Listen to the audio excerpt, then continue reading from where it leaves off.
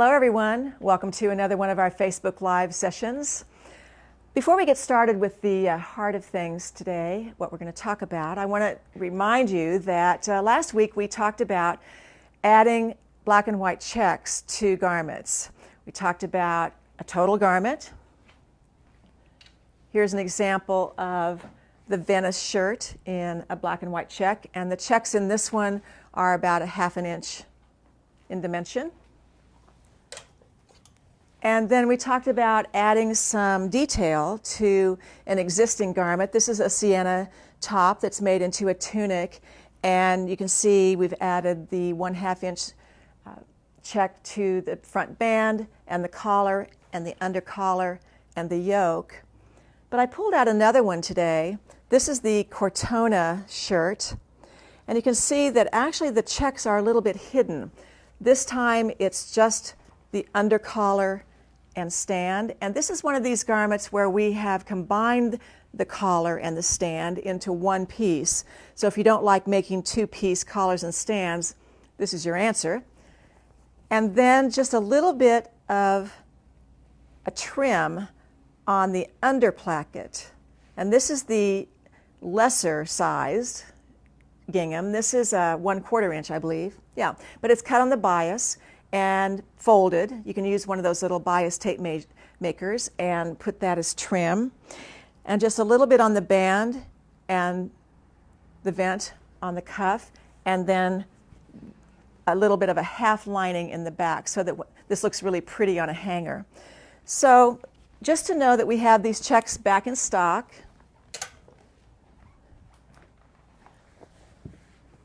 We have the two different widths, the 1/2 inch and the 1/4 inch. Now these come from a really fine manufacturer of shirt making fabrics. These fabrics are being sold to the best shirt makers in the world, people like Burberry and really high-end menswear lines. So these are really nice shirtings, beautiful finish to them. They're a woven check, not a printed check, so they're very nice fabrics. So back in stock, check them out. Thanks to you, I think we had a question last week at the end of Facebook Live. Do you have the checks in stock? And we didn't then, but we do now.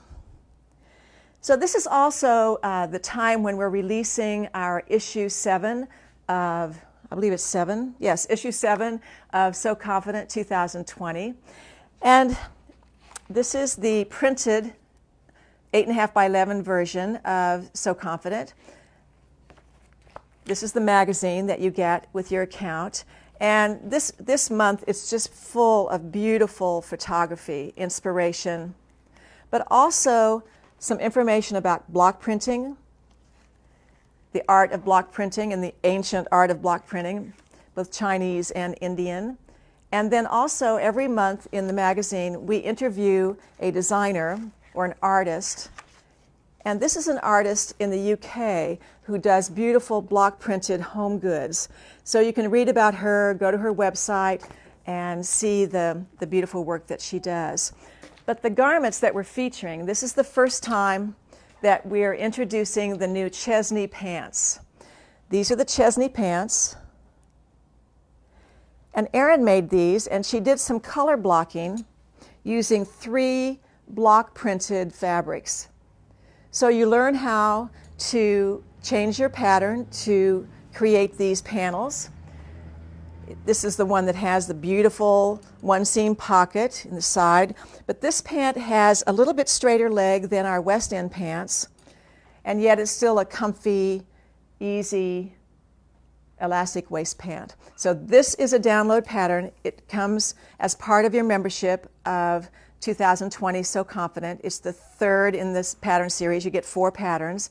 So now for July, August, and September, we will be doing variations of the Chesney pants, and this is the first variation, the color blocking in the color blocking in wood block. What am I? Color blocking. Color blocking. Chesney pants? Wood block. Oh. Too many blocks. All right, so then we did something really fun by pairing that with this great print. These are not things that you would normally see on 2 shelves and bring together, but this is remember when I said last week when you put fabrics on the floor and you stand back and you squint? This is what happened with this. And we realized this really worked together and it was really fun. So when Erin was photographed in the garments, it just is beautiful. So that is So Confident introduction. For those of you who are members, you got this magazine last Friday, I believe it was. And for those of you who are not members, you can always access them we have somebody knocking on the door that never fails. During a Facebook Live, there's always some little surprise. Okay, so for those of you who are not members yet, if you signed up today or any time before now in the end of the year, you would get all of the issues back from January. They land in your account on our website. You set up an account and everything is in there. The pattern downloads, the magazines, and all of that. So, So Confident, check it out. We're on our 7th issue. We've got how many more to go until December? All right, so today we're going to talk about the Quincy pattern specifically, and we're going to talk about it because it has an exposed zipper. So if you were to take the Quincy pattern and just get it out and make it, this is what you would get. You would get this interesting garment that has an exposed zipper. You see the teeth and a little bit of the edge of the zipper. And it has a peplum, a little side peplum, and a little tuck, a bias collar, and then these are seams that are not meant to be at the shoulder. They're meant to be inside the shoulder, so this is more like a princess line that comes down and connects to the same seam in the back. So it's a very interesting construction. I actually made one that I'm going to show you in a minute over the weekend, and once I cut it out, it only took me about 3 hours to make it, which I consider a very quick sew to get a really great looking garment. Now, let's say you don't want to do a zipper. The garment can be made also with a button closure. This is in a lightweight handkerchief linen with a little bit of texture to it. But all I did here was just add a placket to the front, add the buttons, and I just didn't even worry about a zipper. Sometimes the fabric is too light for a zipper, lightweight for a zipper, or you don't have access to one, you can't find the right color, all kinds of reasons why you might not want to use a zipper. So just know that you can make the same garment with buttons. So I want to show you a couple of variations. This is the Quincy jacket, lengthened about 6 inches or so. And again with the buttons, 7 buttons. And in this double weave fabric, the collar stands up nicely. It can be folded down too, but it just looks great. Now this is a double weave, and double weave fabrics are meant to have 2 faces. There's really no wrong side. So this fabric, there's one side where the circles are light and the background is dark, and the reverse side is the circles are dark and the background is light.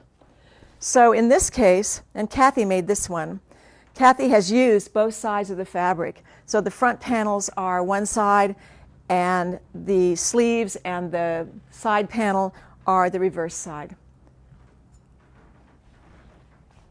You can see it a little bit easier, I think, on the back.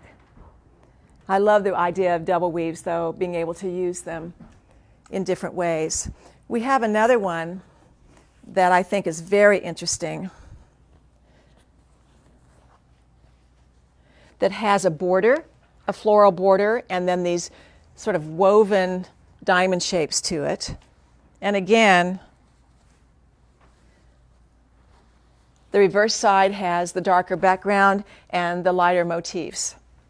So this would be fun to use and use that border along the bottom of something. You could cut this on the cross grain, as we do many times, and use that border on the bottom, Or because of the Quincy and the fact that these are vertical panels, you could use that floral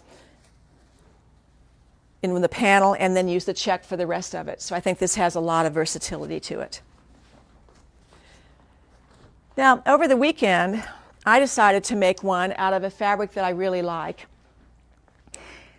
And this is a coated fabric. Now, Erin and I have been sort of working with the lighting this morning, and we were having trouble for some reason. I don't know what it is about the blues, but they're not coming off as beautiful as they are in person. This fabric is really interesting in person. It is a glazed linen.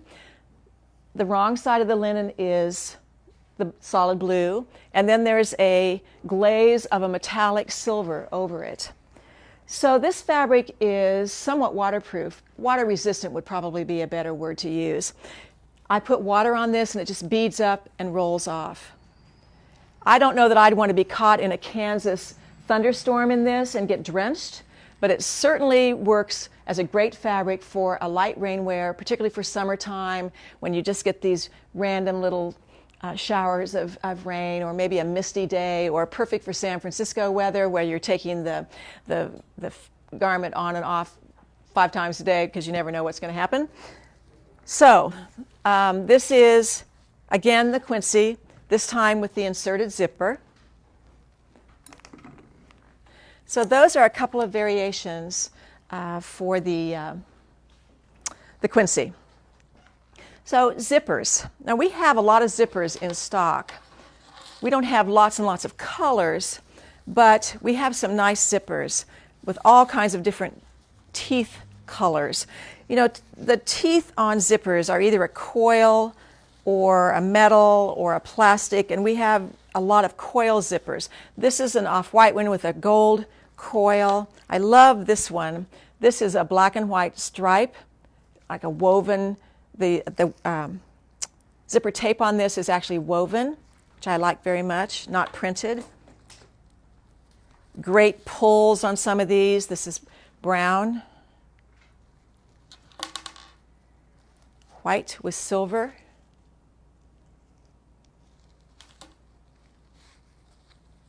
Black with a little bit of a burnished gold. Gray. And these are great because they have different colors of coils. This is silver. Nice pull on that. This is all gunmetal black. Copper. And another woven one.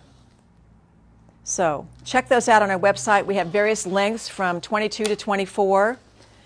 And we buy them specifically to use in the Quincy and other garments that require a zipper in our pattern line.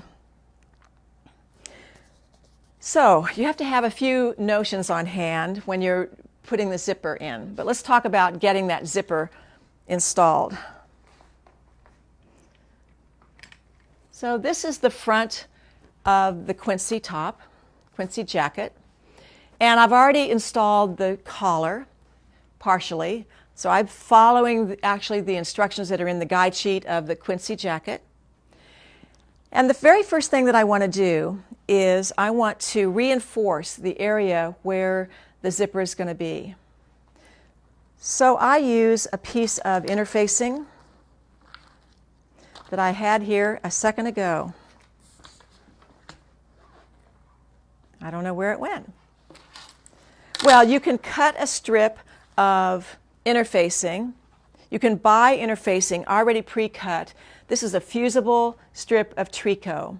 Or you can use any one of our interfacings and just cut an inch wide strip. And it doesn't even have to be a solid strip. So if you have bits and pieces of interfacing, you can just kind of piece it. It'll be fine. But you want to reinforce the edge and be sure and get that over the seam allowance. So that's why it's an inch wide. It comes from the outer edge and it passes the 5/8 inch line. So then I use my ruler, set it at 5/8 of an inch from the edge, and use my chalkener. This is a color I never use. I seem to pick up this yellow one. I always use white. We only carry white. You never want yellow, blue, or red. You never know whether you can get the color out of the fabric. So you want to draw a line at 5/8 of an inch from the edge using your chalkener. I mark according to the pattern where the top of the zipper teeth would be. And even though I might mark the bottom where it might say it should end, every zipper is going to vary just a little bit in length. And so this is an important point at the top of the Quincy, but not quite as important at the bottom. And if I lengthen the pattern, then I might have several inches of no zipper, which I think looks really cool. So the next step is to use this product called sewing and craft tape. Now, for weeks I've been talking about FusiWeb, which is a line of glue where it's paper covered. You remove the paper and what's left is this little tacky line of glue. Well, this is a different product that really serves the same purpose. This is a paper covered sticky tape, very much like masking tape.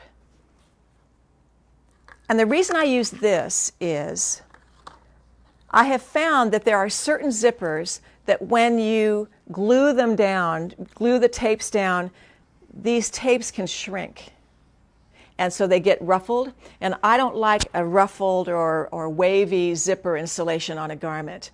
And so I found that if I can adhere this to the fabric in some way, the zipper tape, other than fusing it and pressing it, I might be better off.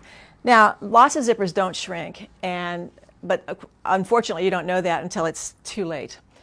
So once I have this tape within the seam allowance, I'm just going to pull that covering off. And now I can put my tape so that the top of the stop is at the top of the marking and the teeth are on the chalk line.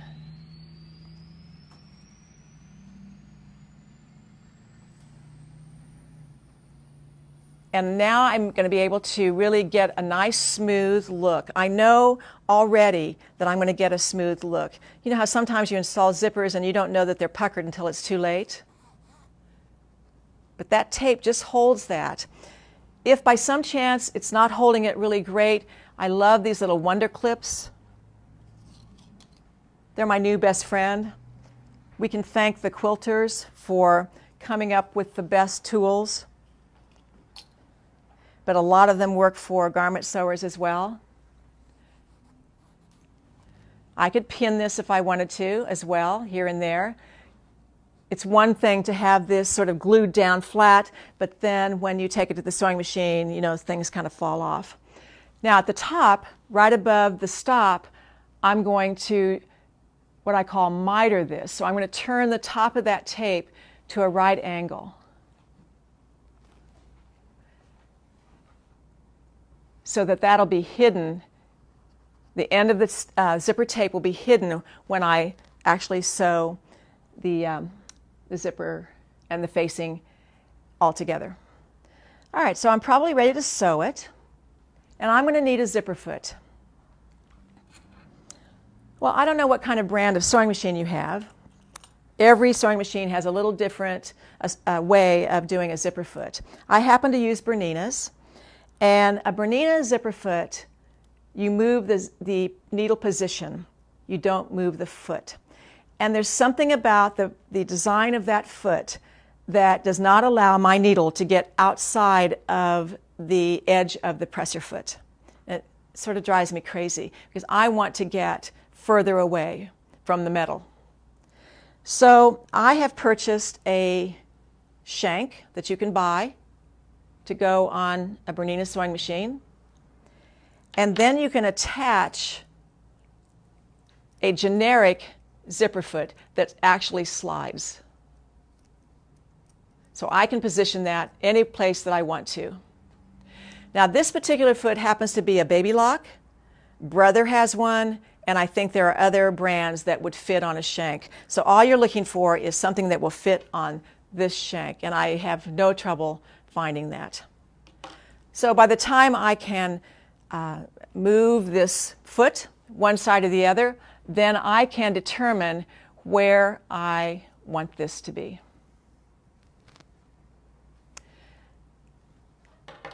Now, the next step is to, oh, and by the way, this first stitching line is basted. Now, this line that I first drew of the chalk is really based on how much of the tape I want to show. You might want to move that chalk line over a little bit in case you want to have a lot of zipper tape showing. So just remember that this line is a little bit of, in fact, I think this line has been set, I drew this a while ago, I think this line has actually been set at 3/4 of an inch rather than 5/8, so that when I sew at 5/8, I'm going to have a little bit of zipper tape, the teeth and the zipper tape would show. That math didn't quite add up, but I think you get my point. You want to do some pre-calculations so that you're basting 5/8 of an inch from the raw edge, and you're leaving whatever amount of zipper tape and teeth that you want to show. Okay, that's the formula, whatever that is. All right, so that's basted down with a machine basting stitch. And now I'm ready to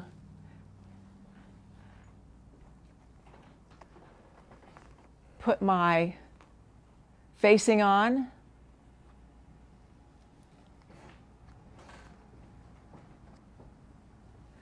And I want to sew this, but I'm going to sew this from the wrong side, or the other side, I should say, because I want to follow the previous basting line. So your first basting line is very, very important as to where you sew it, because it's your guide.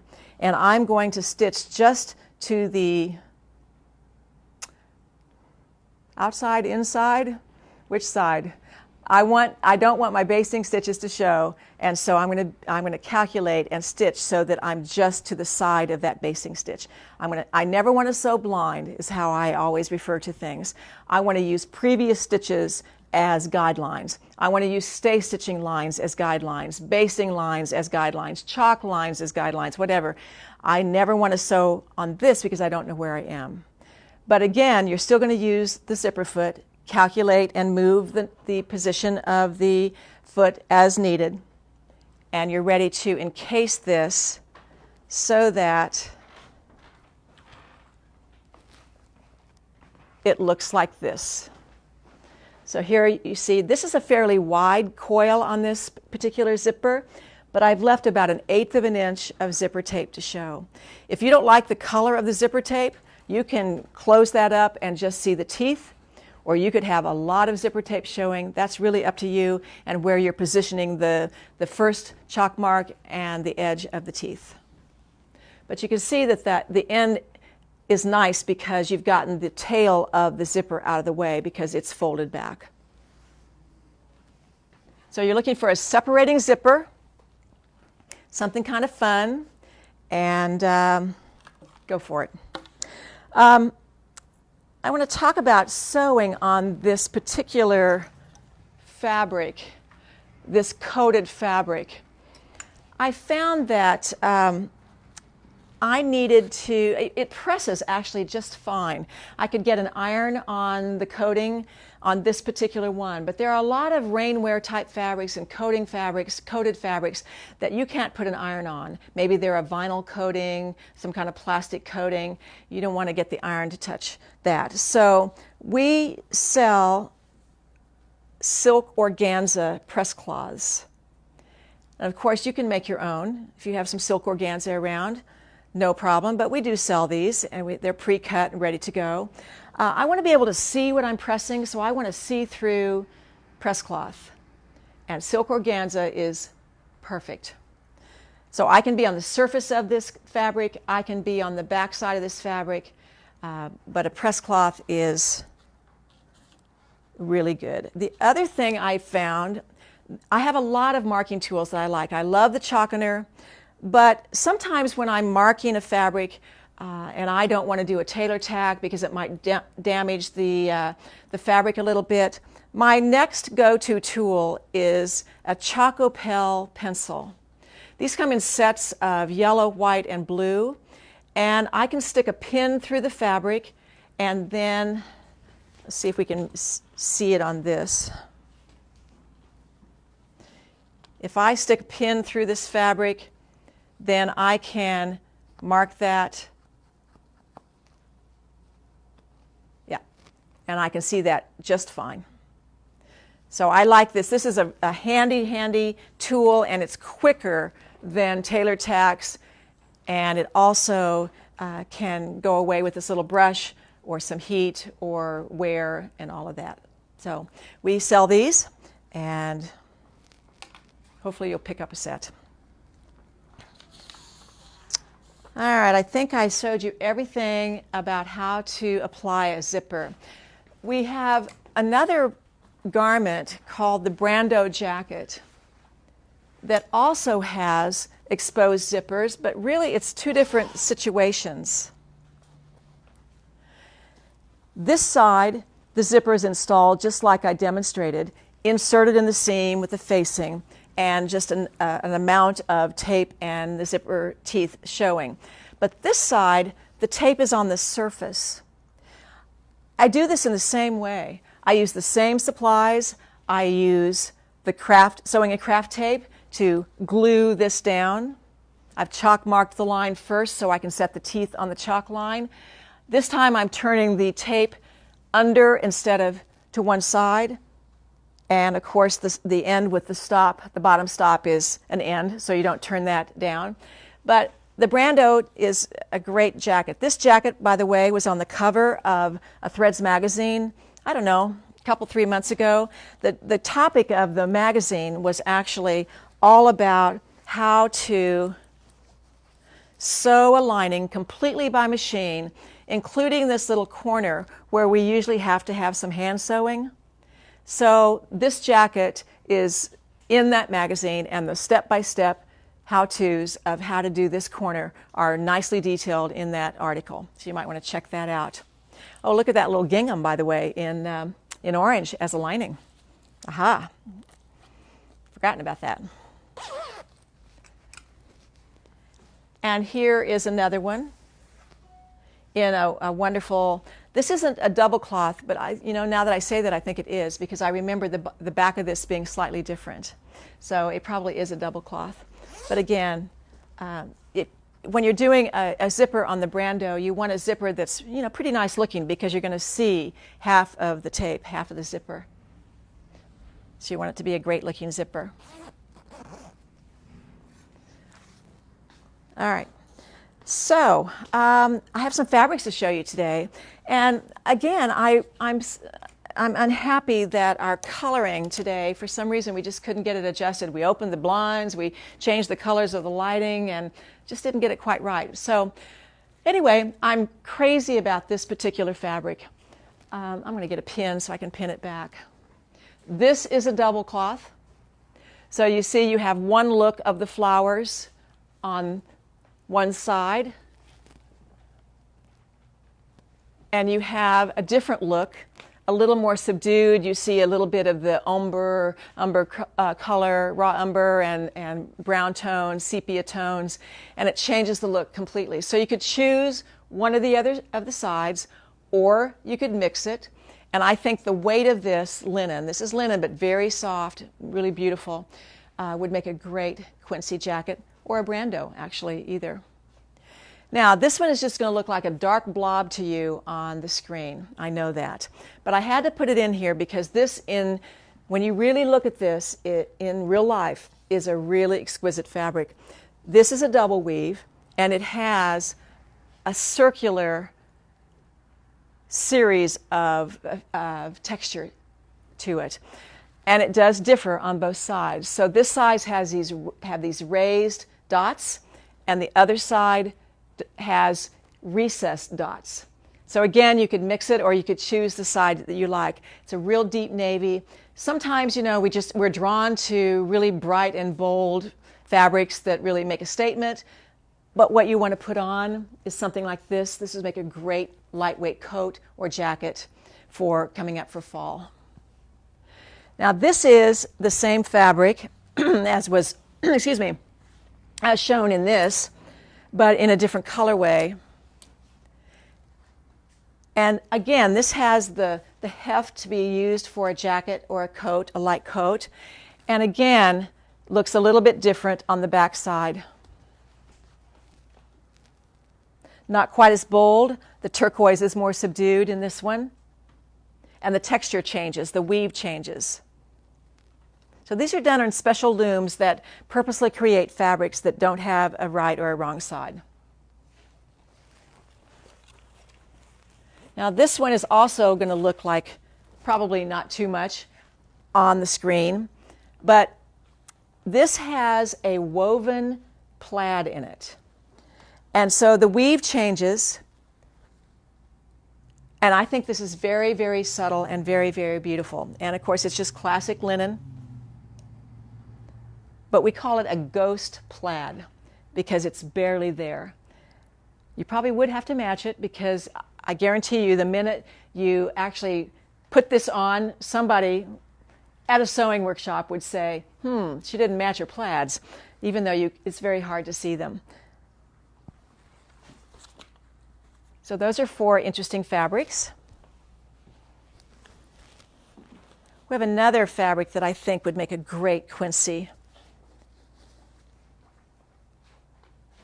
I love the colors of this, these neutrals with that just soft aqua and gray blue. That's linen. This is not coated, but it does have a finish on it that repels a little bit of moisture. So this would make a great raincoat. And I like statement raincoats. I think if you're going to wear a raincoat, and you don't have a yellow slicker, then make it a floral. We have a couple of other coated fabrics. These are cottons, cotton and linen blend actually, that has a very, very, very subtle coating on it that makes it rain resistant. And this is just a great classic khaki, lightweight raincoat. I love this soft coral color. Make a great raincoat.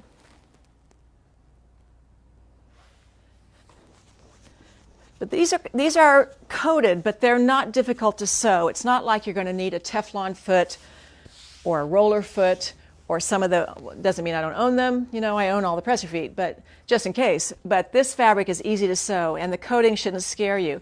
This is the kind of thing where you would test again to see if you can get an iron to this, and if not, you're going to use the press cloth or always press on the wrong side. And if you can't press a fabric, then you're going to consider some top stitching to keep seams flat, or maybe a flat felt seam. But for sure, maybe a seam pressed one way and top stitched just to keep the seam flat. Here's another double weave. Looks totally different on the right and wrong side. Right. See, I said right and wrong. On the right and right or the wrong and wrong side. There's one side. And here's the other side. A lot of texture to these.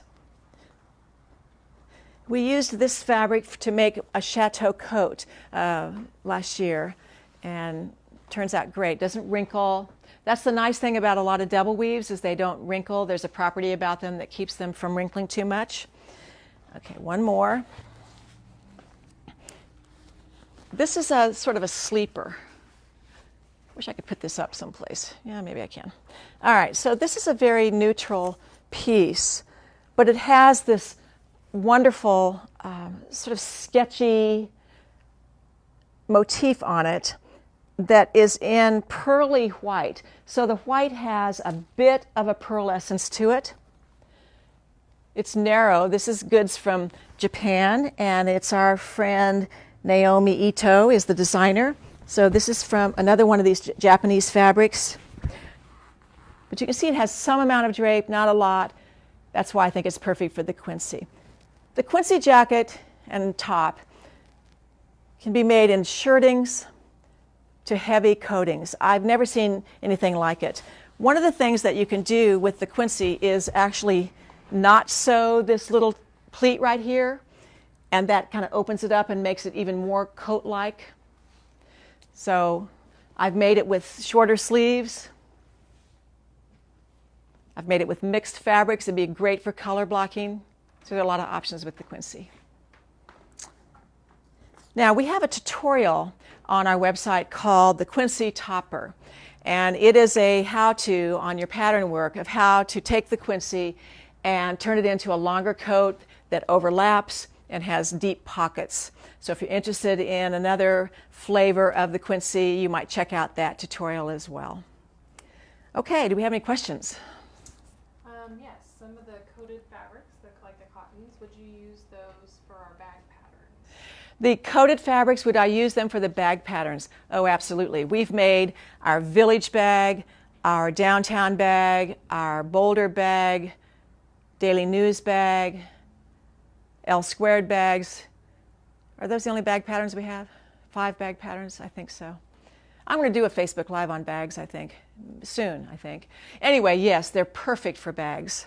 And they do get a little bit crushed, which is kind of nice, so it adds a texture to it. I think you'd like it as a bag. Yeah. Okay. The techniques that you're showing about the zippers, so the techniques you showed for the Quincy, would that be the same for the Brando? Yes, the technique that I showed for the Quincy of inserting the zipper is the very same technique that you use for the Brando. On the one side, the overlapping side is the very same technique as I just showed for the Quincy, and it's sandwiched between the facing and the outer fabric, and the only difference here is that this is applied to the surface, but it's still glued down with the sewing and craft tape, and it's still chalk marked and using a zipper foot. So it's essentially the same technique. You just see the zipper tape. By the way, if one little trick, I should have found a sample for you on this, but if you don't like the zipper tape on something like this, you can sew this down, and then you could cover the edge of, or cover all of the tape, or the edge of the tape with ribbon, a strip of ultra suede, some decorative stitching, cover stitching in some interesting thread color. So you can change the character of the tapes if you don't like the way it's exposed or the color is not quite right. Okay, what pattern are you wearing? Oh, I am wearing, forgot about that, I'm wearing the swing tee today, which is a download pattern, and this is a variation called the split swing tee, where I have a seam here and a split. This is part of So Confident Series 7, I believe. But you can buy the standalone swing tee pattern. That reminded me of something. Something reminded me of something. No, that's all right. Erin's making motions, and I'm distracted. I was looking at another question and trying to figure out exactly what it was. Yeah. They were asking about the seersucker top, that one, and whether we have that fabric or something like it. The question is, this fabric, do we have this fabric or something like it? The answer is no, this fabric has been sold out. I don't know if we have anything quite like this. I know we have a white that has a little bit of a burnout to it to create this texture. Color-wise, we do have a pale pink viscose linen that's about the same color that's really beautiful. Oh, I know what I was going to say.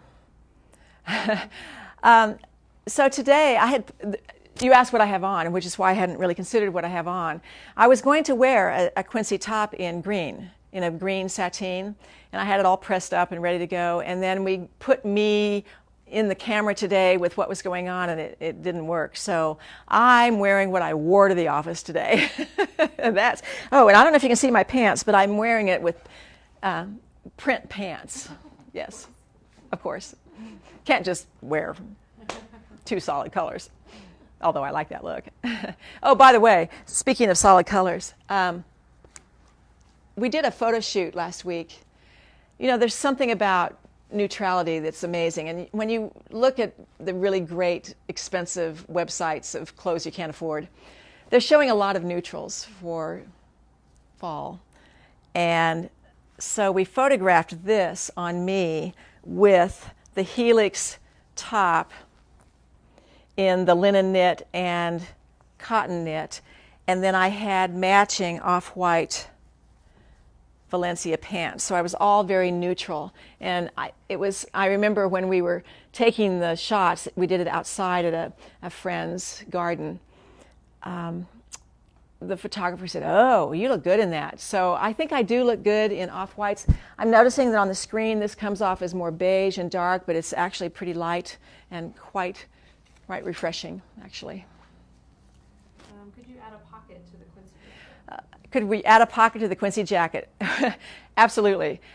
In the Quincy topper, we give you a pattern for a pocket that has curved bottoms, and it's so funny you should ask me, because I made the coated blue one on Sunday, and I was done with it, and I walked down into my den where my husband was watching television, amazingly, and I'm laughing because there's not much on. But at any rate, he's watching television. And I said, "So, you think I should add a pocket to this?" He said, "No." I said, "Good answer."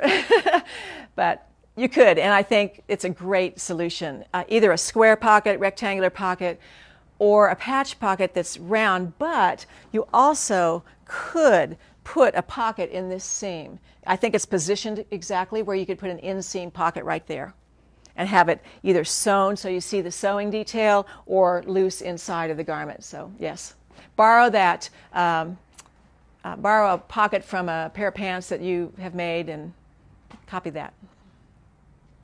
How much longer is that Quincy, and what would the yardage, or how much more yardage? What's the length of how long was the Quincy lengthened? How much was the Quincy lengthened, and what's the yardage? I lengthened them 6 inches. And I did it straight at the bottom. Now, a lot of times, you know, we have lengthen and shorten lines that are somewhat in the middle of pattern pieces, and you have to reconnect from the top of the pattern piece to the bottom of the pattern piece because you want the same width that you started. But in this case, I lengthened at the bottom, so it allowed it to get wider at the bottom. So I just took my ruler and 6 inches, marched it along the bottom curve, and then just redrew that curve. Yardage-wise, I had 2 yards of fabric and I got it out of it. I think it depends on the size. 2.5 for sure. We'll get it for a different length or a larger size, but 2.5 yards of 60 inches. Now, 45 is a different story, and I haven't done that calculation. But you would, we could help you with that. If you're needing some help, you could email us and we could tell you, I'm looking at a 45-inch fabric and I'm going to make a size whatever. How much do you think? Is the Quincy good for somebody with narrow shoulders? Oh, the Quincy is perfect for someone who is narrow-shouldered because this seam line does not have to fit whatever.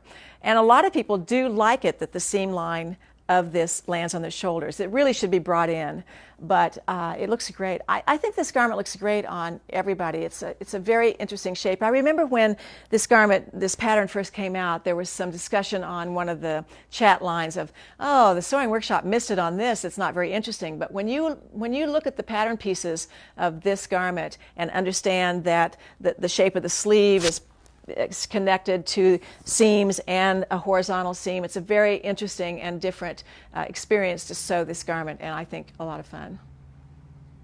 When you add buttons to the Quincy, do you make the collar longer? Yes, it depends on how much you're overlapping it, of course. If you are simply overlapping, extending the fronts, and I guess I should repeat the question. When you are adding buttons to the Quincy, are you adding length to the collar, was the question. Okay, so if you are extending the fronts so that they overlap, then you want to increase the dimension of the collar that same distance. In the case of the pink one, I added a placket to the front rather than just a continuation of the front, and so I added the placket completely up and through the collar as well. So the collar and the garment are the original pieces, and the placket is the extension. Hey, is the glazed linen the same as a waxed linen? Is the glazed linen the same as a waxed linen? The blue with the metallic is not a wax. That is some sort of a print, metallic print that's on top of that fabric. As far as the cotton and linens, I believe that's more of a vinyl coating. You can get vinyl coatings in lots of different deniers would probably be the word, from very, very thin to thicker. Back in the days when I was an interior designer and I was doing coating, I was doing interiors for healthcare and nursing homes and all of that, we were, of course, vinyl coating fabrics a lot. And that's essentially what these are, but just a very, very, very thin coating of vinyl. Waxing is a different thing altogether, and waxed fabrics I find are harder to find. I found a waxed fabric on a Merchant and Mills site that was more like an oilcloth, but it had a waxed finish. Waxed finishes change color. You start out with a piece of fabric that's one color, and over time, or with the handling of it, or the oil from your hands, it'll get darker in places or all over with aging. So waxed fabrics are a little trickier to find and to work with and to keep looking the same. Is the sewing and craft tape water soluble? Is the sewing and craft tape water soluble? I doubt it. I've never opened up a zipper to see if it's still there or not, but I don't think so. I think it's like a tape that's there. By the way, if you're worried about it being removed, you can put it down on the fabric, you can sew the zipper, and you can then remove it if you put it in the right place and you're not sewing through it. But you can sew through it. But a lot of times I'll remove that tape. Can you line the Quincy jacket? Can you line the Quincy jacket? The answer is, of course, yes. You can underline it, meaning you can cut out the same pieces again and marry those pieces, baste them around the edges, and treat every piece and the garment as if it were one fabric, and then do some nice seam finishes. Or you can line it. I'm trying to think if I've ever actually lined one. I don't believe we have a lined one in the inventory of garments. If you ever come to one of our events in Kansas, you would go to our archives and see the thousands of garments that we have made up, and you get to try them on and see all the variations and all of that. But I know you can, and you would just simply make a second garment and attach it at the neck before you put the collar on it, and then determine the length and the hem length and all of that. Probably have a loose lining at the bottom edge, perhaps, might be easier, or you need to increase the depth of the hem allowance in order to allow for the attaching of a lining if you wanted to do that. But right now, the normal hem allowance on the Quincy is 3/4 of an inch. And in fact, in most cases, that's turned, so it's a very narrow 3/8 of an inch. That would be tricky to attach a lining to.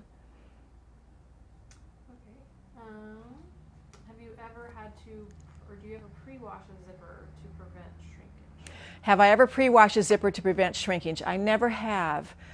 I think that would shrink it possibly, but no, I never have. I've just dealt with them like they are. I tend to have to think about whether I'm going to launder a garment that has a zipper in it. It's likely that if a garment has a zipper in it, it might go to the dry cleaners. Will Sew Confident classes be on sale? Will Sew Confident classes be on sale? We've been doing Sew Confident now for 9 years, and in 9 years we have never put them on sale. It's just one of those things for me. We have lots of things on sale all the time, from patterns to fabric to notions to separate tutorials and all of that. But the So Confident program is the core of what we do, and those who are great customers who sign up for it in December or January, I protect that price for our members, and the price stays the same always. So I do not anticipate that So Confident would ever be on sale. Okay, I think we're getting through. How you talked about the fabrics being water repellent, but how water repellent? I mean, I talked about the fabrics being water repellent. How water repellent? When I put water on this, the glazed linen, it beaded up and rolled right off. I soaked it for a minute and it still was water resistant. But I let it sit in the water for a long time, it's going to start to bleed through a little bit. So again, I'm not going to stand in a thunderstorm for an hour. I'm going to get wet. But I'm going to go from my office to my car to the grocery store to whatever in this coat, and I'm going to get it wet, and I'm not going to get wet. In terms of the vinyl coated cotton and linens, I believe they are waterproof because that is a solid glaze of vinyl on top of that. So that would be waterproof. okay. All right, so we have sale items. We have fabrics that I've talked about.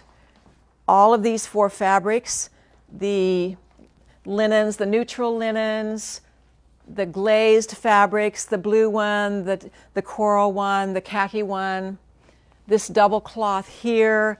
Any fabric that I've talked about and featured is 20% off for another week through next Monday. All of the zippers that I showed, all of the longer zippers, the 18s, the 20s, 2s, the 24s, are 15% off. The Quincy pattern is a download pattern. That is now $15. The Brando jacket, both printed and download. The printed version is $18 and the download is $15. And the tutorial for the Quincy topper is now $12.